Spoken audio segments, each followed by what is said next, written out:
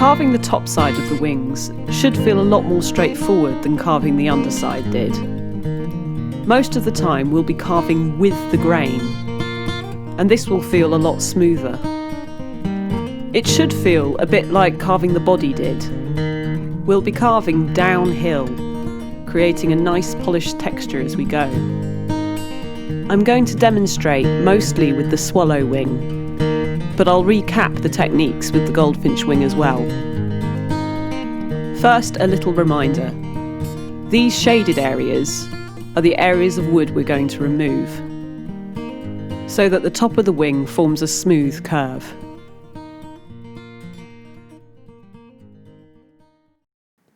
So, to begin, clamp your wing in place and take your chisel in the index hold. Brace the chisel by placing your index finger on top of the blade. For extra support, you can grip the chisel with your other hand as well. We're carving with the direction of the grain.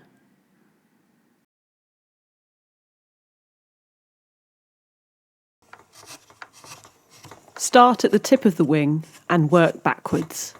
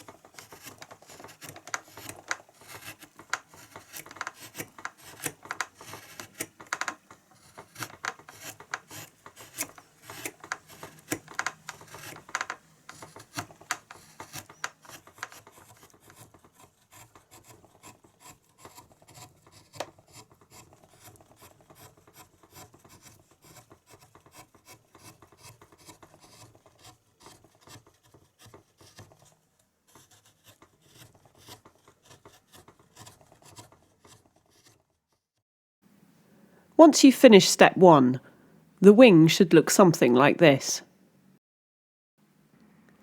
Notice that the surface of the wood is very polished.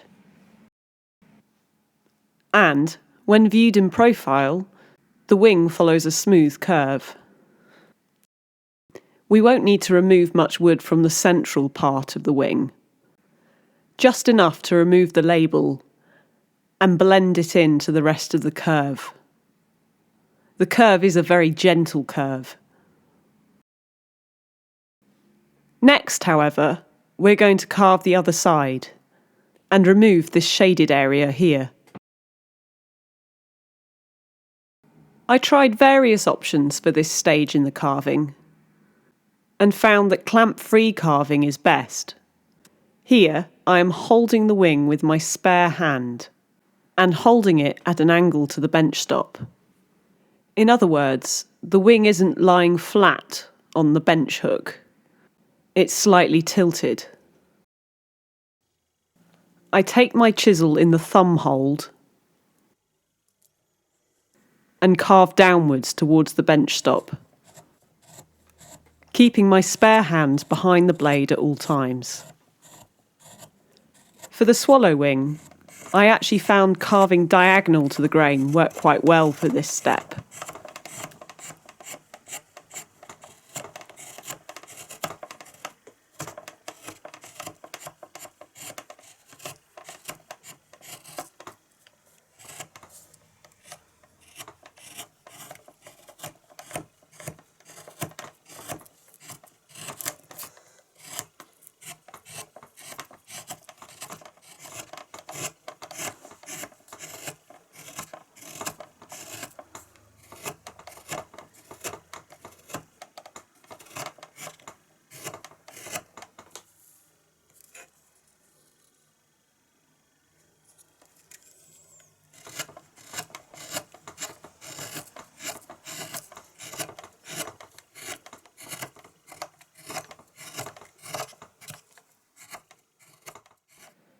The final step for carving the top of the swallow wing is to remove the central area.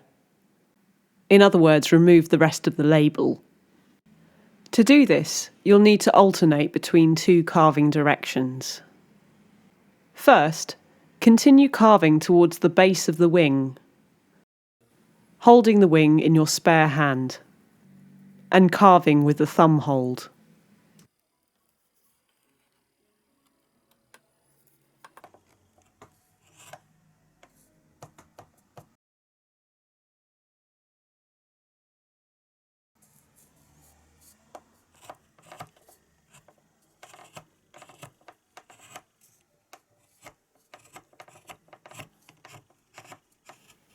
Once you've reached the top of the hill, or the top of the curve, then you can flip the wing around and carve in the other direction.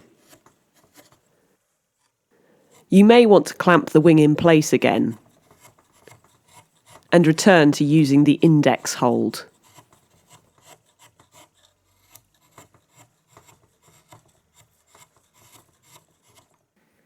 Once you've finished carving the top of the swallow wing, it should look something like this. Notice that the thickness of the wing is fairly even all the way round.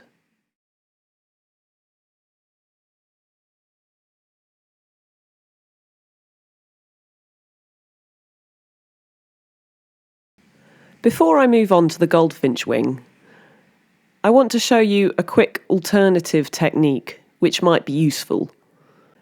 In this video so far, we've been carving mostly with the grain or at a slight angle to it. Sometimes carving across the grain can help speed up the process. There was one instance where I found it useful when carving the swallow wing, and this was when carving the heel of the wing, or the hinge of the wing. I held the wing with my spare hand, holding it horizontally against the bench hook, as shown here. I then used the thumb hold to carve across the grain at the heel of the wing, keeping my spare hand behind the blade at all times. I did have to overlap my hands, with my carving hand overlapping my spare hand. Only try this technique if you feel confident. I don't recommend trying it for other areas of the wing.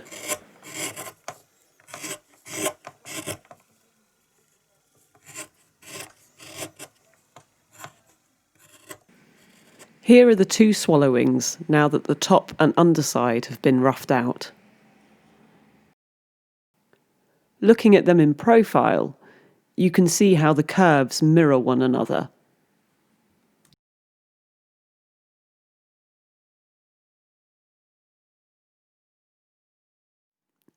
Carving the top of the goldfinch wing uses all the same techniques as carving the swallow. So I'm going to use the goldfinch wing for a quick recap. To begin, clamp your wing in place and take your chisel in the index hold. Brace the back of the chisel with your index finger. For extra support, grip the blade with your spare hand as well. Carve with the direction of the grain. Start at the tip of the wing and work backwards.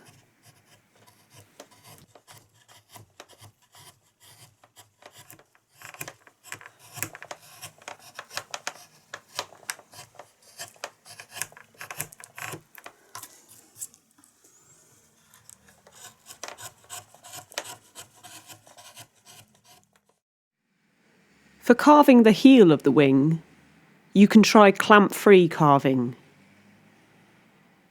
Grip the wing with your spare hand so that it is braced against the bench stop, and use the thumb hold. You can carve with the grain,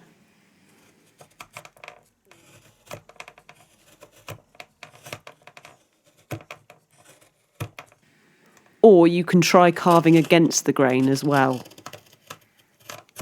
Always keep your spare hand behind the blade.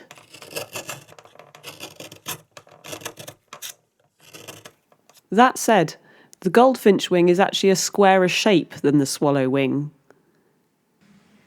So you might prefer to clamp the piece for carving the heel of the wing, in which case use the index hold. Have a play and see what works for you.